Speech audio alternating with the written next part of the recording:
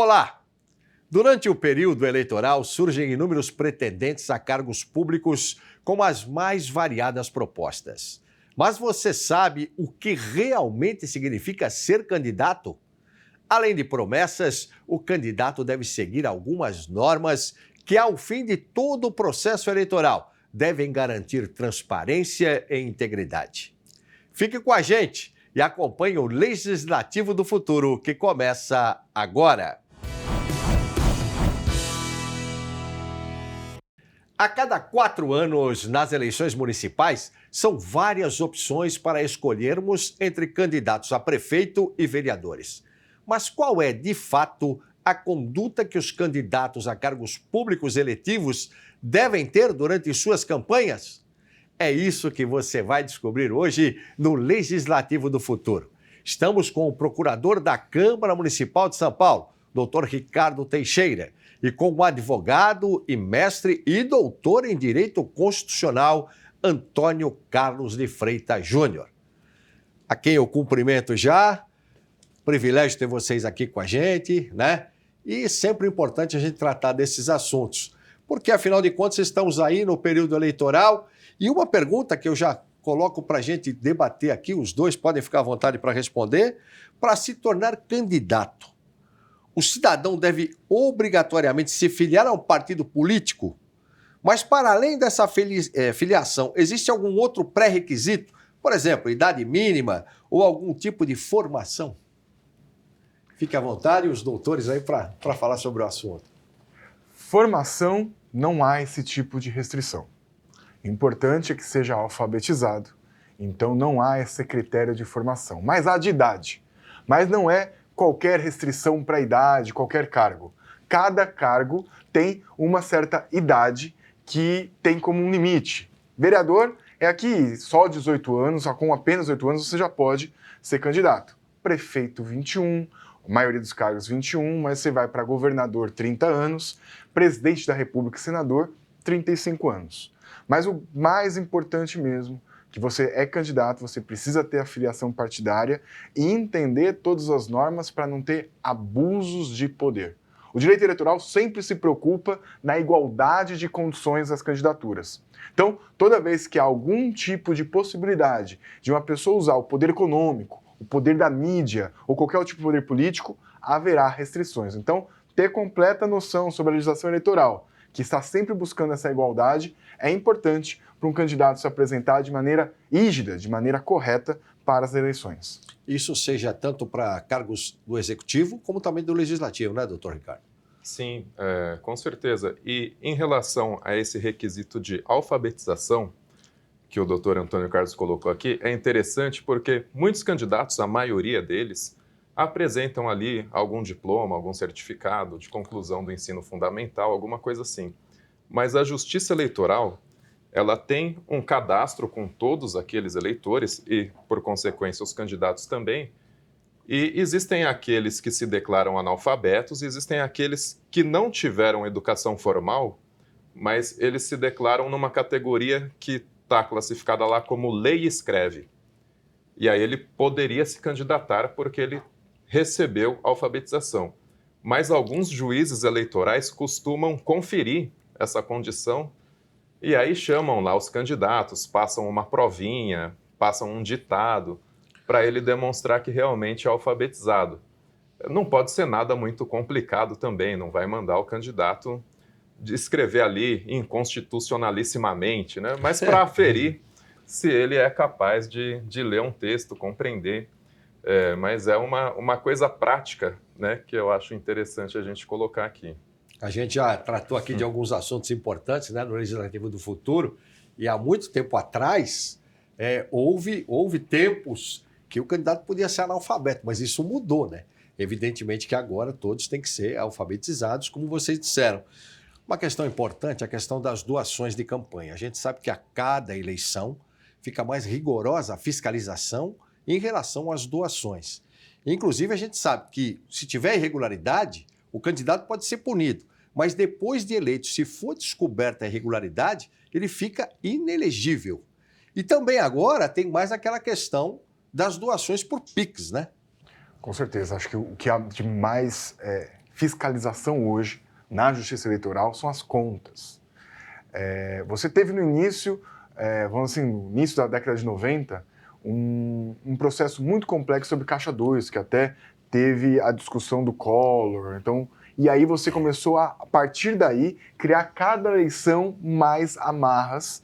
Teve a abertura para as pessoas jurídicas doarem, agora a pessoa jurídica está completamente proibida de doar. Você tem limitações que cada um pode doar no máximo 10% do que recebeu no ano anterior, para não ter aquelas pessoas que supostamente doam tudo o que ganharam. Mas, sobretudo, você tem uma preocupação muito grande de tudo que é gasto na campanha ser declarado. Porque fora disso, é Caixa 2, o que pode ser colocado como crime eleitoral e pode dar a perda do mandato do candidato, da candidata, que por algum momento utilizou recursos para o bem da sua campanha, mas não registrou. E qual é o grande problema disso? O abuso do poder econômico.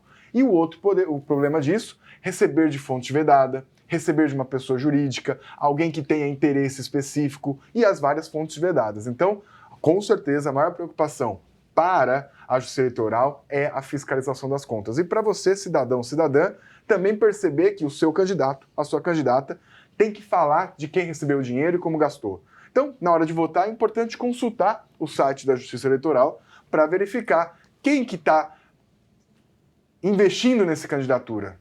Há algum tipo de interesse? Quem que é esse candidato na visão do financiamento eleitoral dessa candidata, desse candidato? E todos esses aspectos, né, doutor Ricardo, eles ficam claros exatamente nos portais, né, tanto do TSE como do TRE, para que os candidatos possam consultar e falar, não, peraí, isso aqui pode, isso aqui não pode. E, claro, a Procuradoria da Câmara acompanhando ali a par e passo tudo que acontece, né? Sim, é um trabalho bem pedagógico, né, na verdade. Existiu esse movimento da justiça de ir colocando normas cada vez mais restritivas, regulamentando essa questão em decorrência do próprio histórico, né, dos escândalos de corrupção, Caixa 2. Eu me lembro que a proibição das doações por empresas foi promovida pelo Supremo Tribunal Federal em 2015, em uma ação direta de inconstitucionalidade promovida pela OAB, e um dos fundamentos dessa decisão foi que justamente as maiores doadoras para as campanhas, elas não estavam investindo em uma proposta que fosse convergente com a atuação daquela empresa. Eles doavam para todos, né? Eles doavam para todos, o que fez acender um sinal de alerta na justiça de que talvez o interesse ali não fosse a promoção de determinadas políticas, mas sim a promoção de outros interesses não republicanos. Então, existe esse trabalho de repressão, mas também o trabalho pedagógico de informar, de ensinar. E aí a advocacia pública, a advocacia privada tem esse papel, né, de estar ali do lado do candidato sempre alertando. E os próprios candidatos agora, evidentemente, têm que tomar conhecimento disso através de suas assessorias para evitarem, porque a punição pode ser, como o senhor disse, pode ser inclusive não poder, né, perder a condição de candidato ou mesmo depois de eleito perder o mandato. É ganhar e não levar. Eu acho que a pior coisa que tem um candidato é ganhar e não levar.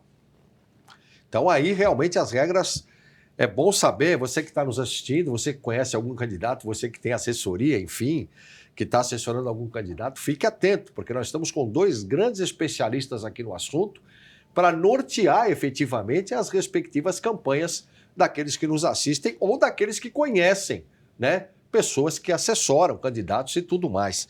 Uma outra questão que a gente vai entrar aqui, que é uma questão que a gente está cada vez, a cada eleição, a gente tem novidade, o mau uso das redes sociais. E a gente tem notado algumas situações da inteligência artificial que muitas vezes colocam inimigos abraçados, inimigos, teoricamente, né, inimigos políticos abraçados e outras situações. Também é uma questão de se tomar muito cuidado, né? É a primeira eleição que você tem uma regulação específica da Justiça Eleitoral sobre inteligência artificial. Então, a Justiça Eleitoral está inaugurando sua regulação nessa eleição. E não sabe muito bem como fazer isso, mas como ela fez? Ela proibiu essa tal de deepfake. Então, essa simulação ela proibiu. ela proibiu qualquer coisa que a pessoa se confunda. Então qual foi o princípio que o TSE norteou? A inteligência artificial pode ser usada? Pode. Desde que ela não induza o eleitor a erro. Desde que ela não disfarce uma realidade. Então tem aquele chatbot que você fala, parece que está falando com uma pessoa, mas não é uma pessoa. Está proibido, tem que avisar. Tem imagem, foi criada, tem que falar, criado por inteligência artificial. Então, deepfake proibido de qualquer forma, mas mesmo uma imagem criada, ela precisa falar exatamente, isso aqui não é verdade. Isso foi criado por inteligência artificial. Mas a questão das redes sociais, tem também a nova regulação, que é fake news, importa perda de mandato. Mas a gente está vendo, nas decisões de agora, o quão difícil é uma fiscalização em rede social. O quão difícil é dividir o que é verdade e o que é mentira. O quão difícil é, se uma pessoa mente na rede social, aparece lá na timeline, como vai contar a verdade? Como existe um direito de resposta no Instagram? Porque a Justiça Eleitoral já evoluiu muito sobre TV e rádio, que são anos e anos errando e acertando. Agora é a primeira vez. Ainda é muito desafiador, mas fica aí o alerta. Sempre, para o eleitor, para a eleitora, buscar a verdade. Não ficar com a primeira informação que vem. E sempre estar alerta, buscar outras fontes, buscar no jornalismo de TVs públicas, TVs cidadãs, como é a Rede Câmara, que dá informação de qualidade, e buscar informações das fontes mais seguras, porque está complexo isso e a Justiça Eleitoral ainda não sabe como impedir a mentira de ser proliferada, a mentira de ganhar a eleição. E aí, doutor Ricardo, tem essa questão, né?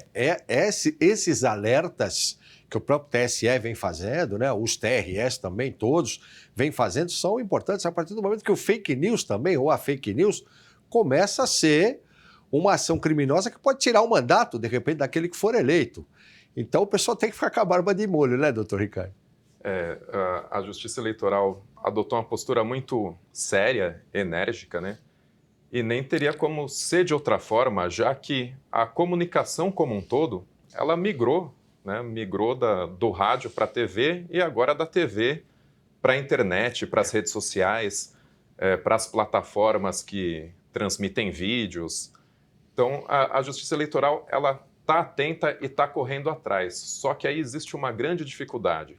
Que a tecnologia do rádio, que projetou grandes políticos, o primeiro a usar o rádio em larga escala no Brasil foi Getúlio Vargas. Sim. Depois, Jânio Quadros, que foi vereador aqui, antes de ser governador e presidente, também se valeu muito do rádio. Durou mais de um século. A TV está há décadas com uma tecnologia mais ou menos parecida. Agora, na internet, tudo muda muito rápido de um ano para o outro. E aí fica complicado até para o direito, né, acompanhar essa mudança. Aí tem que entrar o bom senso também dos advogados, promotores, dos juízes, de, a cada caso novo que aparece, saber como a gente vai poder interpretar isso. Com certeza. A gente vai para um rápido intervalo e na volta nós temos muito mais a falar a respeito desse assunto, porque você sabe que nós estamos, não é, aí em vias de eleger prefeitos, vereadores, não é? Isso, inclusive, em nível nacional, mas mais aqui especificamente em São Paulo, para quem nos acompanha. Então, nós vamos para um rápido intervalo, nós voltamos já, porque tem muito mais para conversar com os nossos especialistas.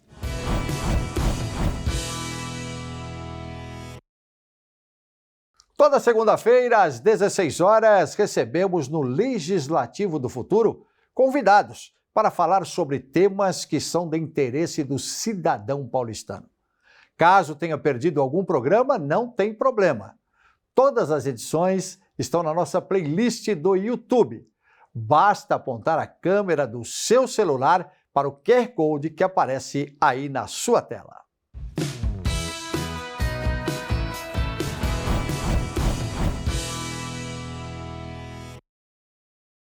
E nós estamos de volta com o Legislativo do Futuro, que hoje recebe o doutor Ricardo Teixeira, procurador da Câmara Municipal de São Paulo, e Antônio Carlos de Freitas Júnior, mestre e doutor em Direito Constitucional.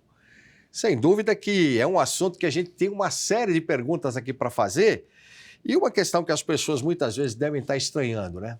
Antigamente, numa eleição, a gente percebia o carro de som passando, vote no candidato X, número tal, não é assim? Isso não pode mais, como tantas outras situações, comícios, por exemplo. Isso, de uma certa forma, dá mais combustível para a internet, que hoje acaba se tornando uma protagonista. Doutor Antônio Carlos? Tem muita atuação ainda em campanha eleitoral, mas o que a Justiça Eleitoral vem há um tempo sempre tirando é qualquer tipo de utilidade para o eleitor. Então, antigamente, a gente chamava de showmício, que a pessoa tinha lá o cantor favorito dela, ela ia para aquele evento político, muito mais para ouvir o seu cantor, a sua cantora favorita, e acabava recebendo aquela utilidade votando no seu candidato, naquela candidata específica que tinha promovido aquele show. Ou a camiseta, ou a agendinha, algum tipo de utilidade, um chaveiro. Então, o que a Justiça Eleitoral tem apertado muito? Campanha é pedir voto. E este pedido de voto não pode representar de forma alguma, utilidade para o eleitor. Além disso, outra preocupação da Justiça Eleitoral é evitar o abuso do poder econômico.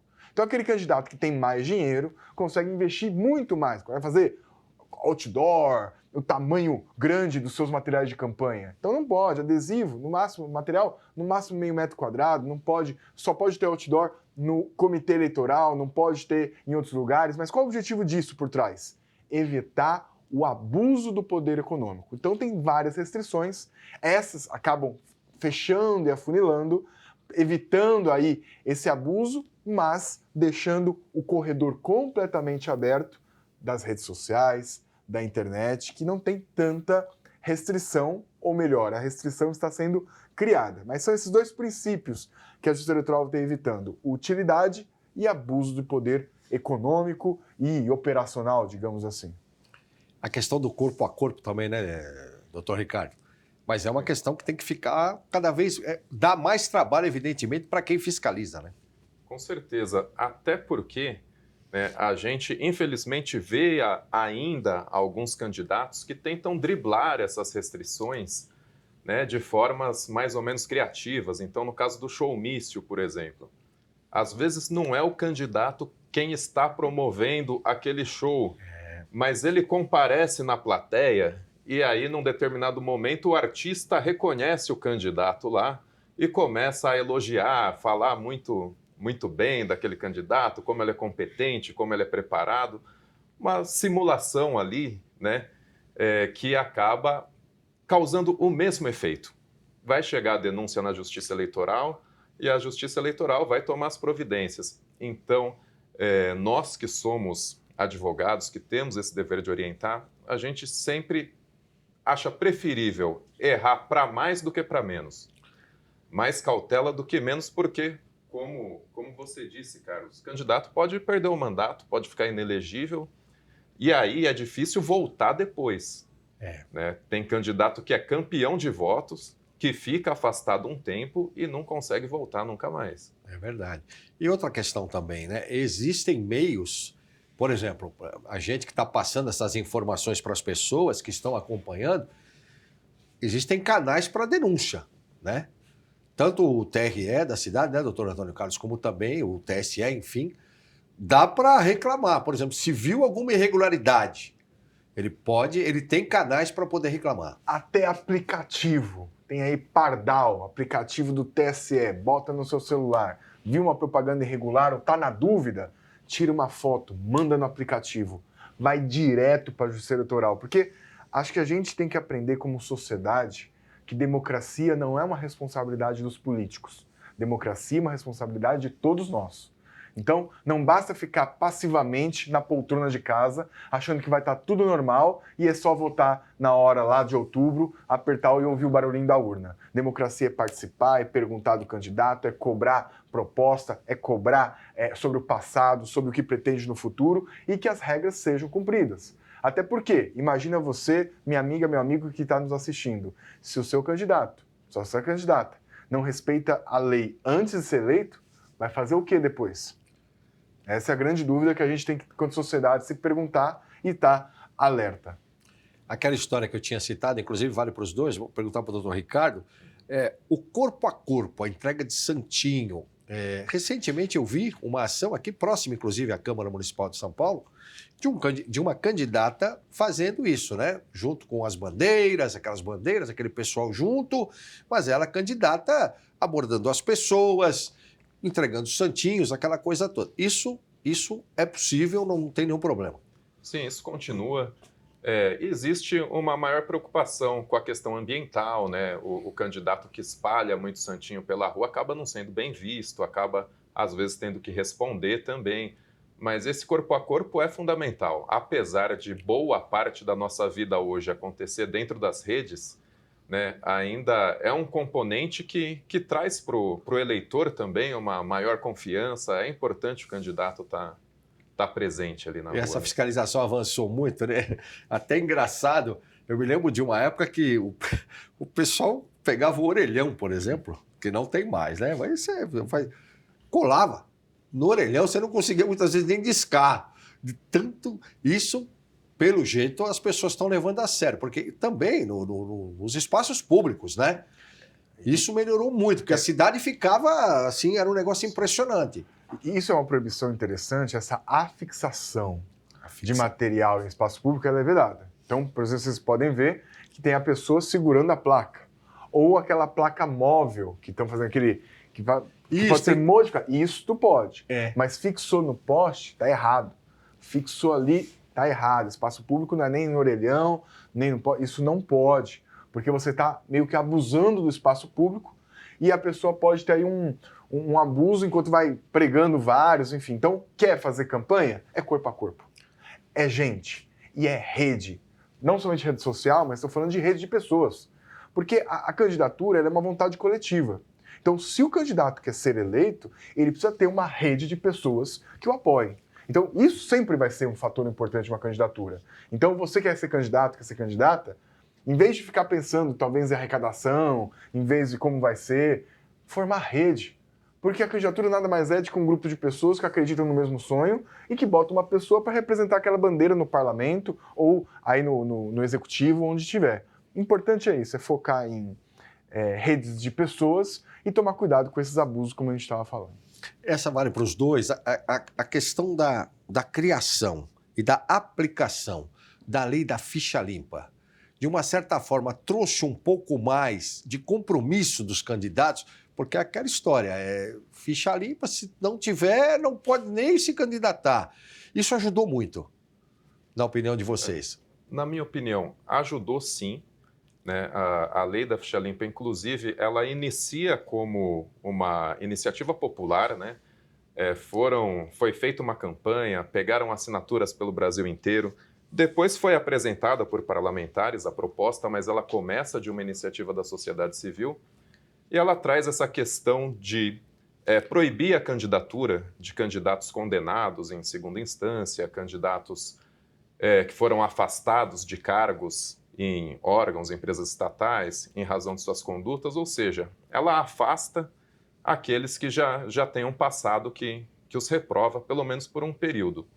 Mas eu acho importante a gente pontuar, Carlos, que a gente deveria também olhar um pouco mais para dentro da administração, né? Porque fazer esse corte de que basta afastar as pessoas desonestas para acabar com a corrupção, eu entendo que não é assim que funciona, porque afinal somos todos feitos do mesmo barro, né?